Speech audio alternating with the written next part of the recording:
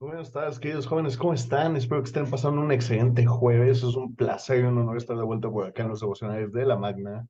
Mi nombre es Carlos Macías, de Dos Profesionistas, y el día de hoy voy a estar compartiendo con ustedes un devocional. Siguiendo esta línea, de hecho, cerrando esta línea de los frutos, vamos a hablar del fruto del liderazgo auténtico, ¿no? ¿Qué es esto del liderazgo auténtico y qué ejemplo tomado de la Biblia podemos ver, ¿no? Y yo creo que el mayor ejemplo de liderazgo que existe es el de nuestro Señor Jesús. Pero el día de hoy vamos a ver tanto un mal ejemplo de liderazgo como la corrección y el verdadero liderazgo que debemos mostrar, ¿no? Y todo lo vamos a sacar del mismo capítulo de Juan 21, del 1 al 14. Entonces, antes de comenzar, les pido que me acompañen en una oración para poder iniciar nuestro devocional. Señor, te damos gracias por tu vida, Señor, porque nos permite estar un día más aquí, Señor, por la vida de cada joven que está sintonizando esto aquí en vivo, por los que nos están viendo, y te pido que, pues, si es tu voluntad, Señor, que las personas que estén escuchando esto puedan aprender, puedan aplicar en su vida esos principios de liderazgo auténtico basados en ti, Señor, basados en tu palabra, en lo que nos has venido a enseñar y el ejemplo que nos has puesto. Yo esto te lo pido en el sagrado nombre de tu Hijo, nuestro Señor Jesucristo. Amén. Y bueno, jóvenes, pues comencemos justamente, vamos a, este devocional está dividido en tres partes y eso, asimismo, nos da una enseñanza a cada uno, ¿no?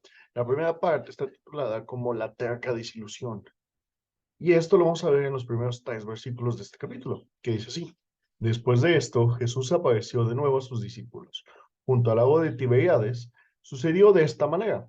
Estaban juntos Simón Pedro, Tomás, al que apodaban el gemelo, y esto es porque se parece mucho a Jesús. Natanael, el de Caná de Galilea, los hijos de Zebedeo y otros dos discípulos. Me voy a pescar, dijo Simón Pedro. Nos vamos contigo, contestaron ellos. Salieron pues de allí y se embarcaron, pero esa noche no pescaron nada. Y aquí vemos justamente esta terca desilusión. ¿Y por qué? ¿Por qué le llamamos la terca desilusión? Porque vemos cómo los discípulos, a pesar de que en el capítulo 20 se reencuentran con Jesús, María Magdalena les dice, el Señor ha resucitado, lo ven a sí mismos, incluso Tomás exige prácticamente el, hasta que yo no vea y no meta mi dedo por las entrañas, no validaré que es él. El Señor Jesús lo cumple, pasa todo esto. Vimos el ministerio hermoso de nuestro Señor Jesucristo. ¿Y qué hacen los discípulos? Oigan, ¿qué hacíamos antes de seguir a Jesús? Pues éramos pescadores, ¿no? ¿Y si volvemos a pescar? Ah, pues vamos, ¿no?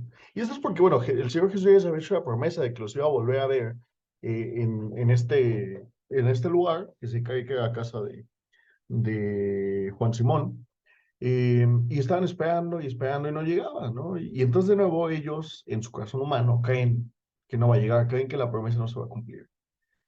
Y ceden y regresan a sus viejas costumbres. Y he aquí que vemos cuatro ejemplos negativos, o cuatro ejemplos malos de lo que es el liderazgo. Primero que nada, vemos un mal liderazgo, porque Pedro guía a los discípulos a sus anteriores vidas. Los quiere regresar a lo que eran, cuando el liderazgo no debe de regresar a alguien a lo que era, sino transformarlo dentro de algo mejor, como lo hace Jesús en la vida de cada uno de nosotros. Asimismo, vemos el tema de la desobediencia evidenciada, ¿no? Vemos que no lograron nada en esta pesca, porque justamente estaban yendo en contra del mandato de Dios, ¿no? Y vemos cómo justamente a través de esta desobediencia, ellos pues reflejan, ¿no? Su pasado, reflejan su necedad de cambiar, ¿no? Y buscando eh, cómo ellos buscan de nuevo seguir, ¿no? Buscan ellos seguir su propia voluntad, seguir lo que ellos están pensando y no, en cambio, lo que el Señor Jesús pues realmente está esperando de cada uno de ellos, ¿no? Y vemos lo que yo le llamé, ¿no? La añoranza de regresar a Egipto, ¿no? Vemos como es una frase media común, ¿no? En el mundo cristiano que dicen que más se tardó en sacar a Egipto de los judíos que sacar a los judíos de Egipto, ¿no? Y lo vimos, el pueblo hebreo durante el desierto, lo vemos en Números, lo vemos en Deuteronomio, lo vemos en prácticamente todos los libros del Pentateuco, a excepción del Génesis, como ante cualquier señal de problema querían regresarse, ¿no? Veíamos, alababan a falsos ídolos, hacían motines, todo buscando regresar a la incomodidad conocida, le digo yo, ¿no? Y asimismo así lo vemos en este caso, ¿no? Como simplemente es, pues bueno, ya pasó, vamos a regresar a lo que sabemos, ¿no? No es mejor, bueno, es peor, pero lo conocemos, ¿no? Y es que vemos aquí justamente lo que son también las cargas de liderazgo, ¿no? Como líder, tú tienes a gente detrás tuyo, ¿no? Quieras o no lo quieras, ¿no? Y ellos van a imitar lo que tú hagas, ¿no? Tanto bien como para mal. Y aquí lo vemos, ¿no? Justamente se imita esta desobediencia, ¿no? Porque Pedro como líder no solamente cae él en pecado, sino que lleva al pueblo, o bueno, en este caso, a sus compañeros a seguirle, ¿no? A también caer en esto.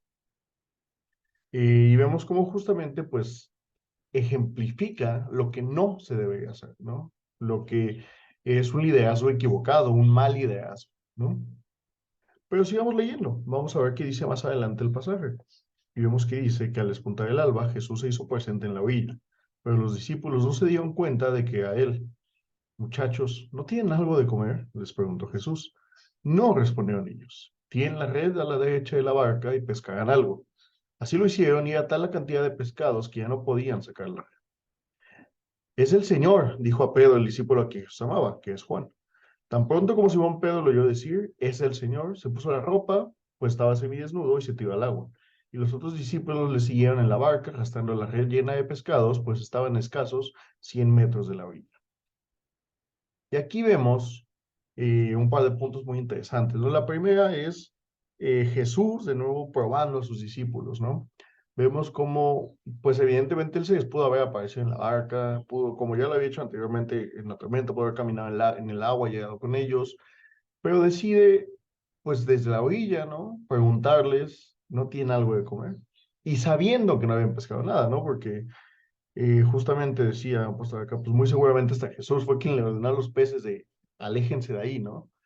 Eh, pero es así mismo quien le dijo, ¿no? A los pescados de ahora sí, ¿no? Vayan hacia la red. Y vemos justamente cómo eh, ante el arrepentimiento auténtico se puede conseguir la redención, ¿no? Vemos lo que se llama la evidencia de la redención del pecado, porque Jesús les remarca su error, ¿no? Les remarca su fracaso, ¿no? De no tienen algo de comer. Evidentemente Dios sabía que no tenían nada, ¿no? Y a pesar de eso les pregunta, ¿para qué? Para evidenciarles a ellos su error. Y esto no con la intención de te lo dije, es para que nosotros también reconozcamos de, oye, sí, estamos en pecado, no estamos en desobediencia, pero a pesar de eso, Él les provee, ¿no? Él les dice, pues tienen la red de nuevo, y verán cómo ahora sí, ¿no? Y pues dicho y hecho, ¿no? Lo dice una red llena de pescados. Y vemos justamente lo que es una característica muy ajena al mundo en tema del temperamento ante esta salvación, ¿no? Usualmente uno, cuando está tan esforzado en hacer algo, por ejemplo, en tu trabajo, que estás haciendo una y otra vez la misma cosa y no te sale, y no te sale, y llega alguien y te dice, oye, ¿ya pudiste? Sabiendo que no has podido, y ahí te enseña cómo. Muchos pensé, pues ya se siente aliviado, pero ¿qué hacemos realmente, no? Bueno, no, es que yo ya sabía hacer eso, pero lo quiero hacer diferente, ¿no? Caemos en la equivocación de querer decir, no, es que lo tengo que solucionar yo, ¿no? Es que tú no sabes, el que lo sabe soy yo. Y a pesar de que nos solucionen, pues no queremos esa solución porque no es nuestra, ¿no? Pero aquí vemos un arrepentimiento real de los discípulos, se dan cuenta que es el Señor, de hecho Juan es quien se da cuenta, y a través de eso es que ellos pues aceptan este error y no solamente pues de nuevo, ¿no? Se sienten pecadores, pero se sienten redimidos, ¿no? Se sienten restaurados por nuestro Señor Jesús. Y vemos algo muy interesante, ¿no? Que aunque Juan, vemos como que dos formas de personalidad ante esto, ¿no? Vemos a Juan que identifica rápidamente al Señor, de la misma forma que fue el primero en entender que había resucitado, el primero en haber creído en él. No, aquí es el primero en darse cuenta que es el Señor, pero no hizo nada, nada más lo identificó. Y en cambio vamos en la otra perspectiva, vemos a Pedro, que Pedro escucha a Juan decir es el Señor y sin duda alguna agarra su ropa y se avienta, va a la acción. ¿Qué es lo que un líder verdadero debe de hacer? Tiene que tener ambas capacidades, la de discernimiento y la de acción.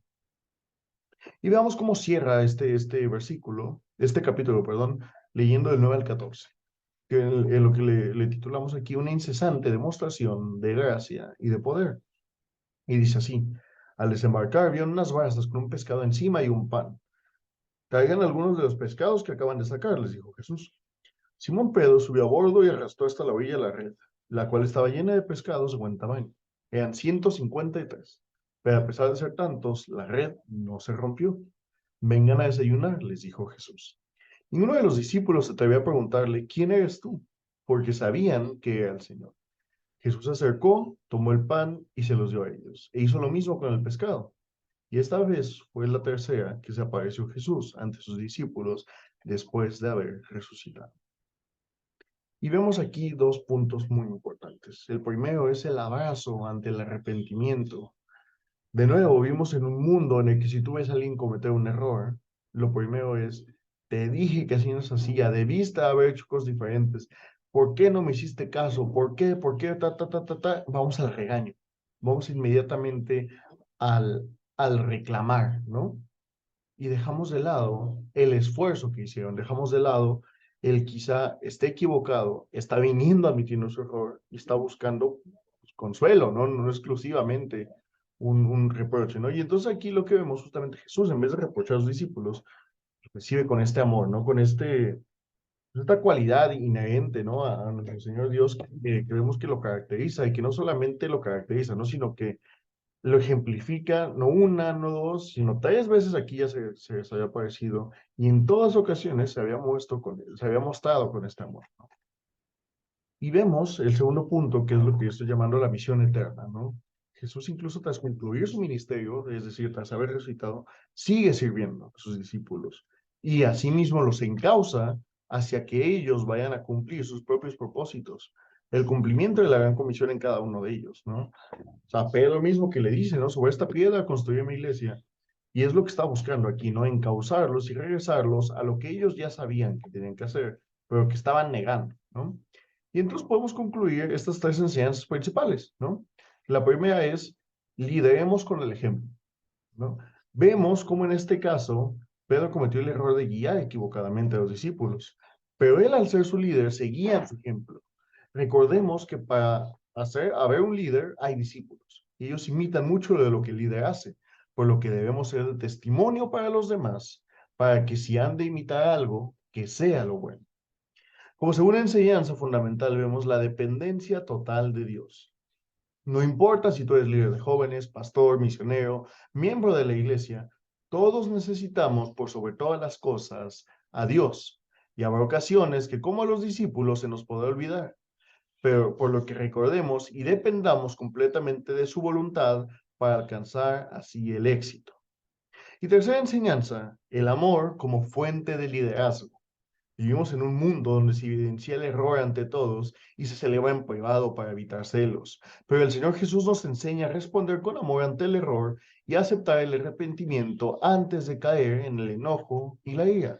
Y asimismo demuestra su liderazgo incluso tras haber concluido su ministerio y en causa de sus discípulos de continuar ahora con el suyo.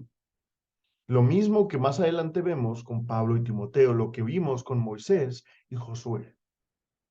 El propósito de un líder es formar nuevos líderes, para que ellos asimismo formen nuevos líderes y entre todos ellos avancen hacia cumplir el propósito de Dios en sus vidas.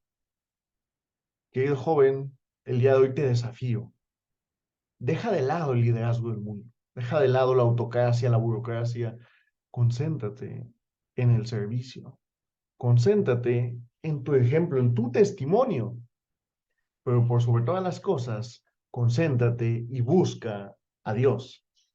Él es la fuente de amor y el amor es la fuente de liderazgo. Que los frutos de Dios se vean a través de tu testimonio diario y que aquellos que te vean te busquen seguir porque ven en ti un reflejo de lo que Cristo ha hecho en tu vida. Señor Dios, te agradecemos por un día más que nos permite estar aquí con este devocional, Señor. Que pues los jóvenes que lo estén escuchando, que lo vean más adelante, Señor, puedan convertirse en estos líderes transformadores que el mundo tanto necesita, líderes reales, Señor, como el ejemplo perfecto que nos dejaste. Te pido que pues sea de bendición este devocional para quien lo escuche, Señor, pues has sido tú hablando, Señor, he sido solamente una herramienta, Señor, y te agradezco porque me permites incluso ser eso. Sé que no merezco absolutamente nada, Señor, más que tu juicio y tu castigo, pero nos has enseñado que con tu amor ante el arrepentimiento real hay perdón, hay salvación, hay redención. Regresemos a tu casa, Señor, regresemos a ti. Permitamos que los frutos del Espíritu florezcan en nosotros y reverdezcamos en este hermoso campo llamado vida, Señor. Todo esto te lo pido en el sagrado nombre de tu Hijo, nuestro Señor Jesucristo.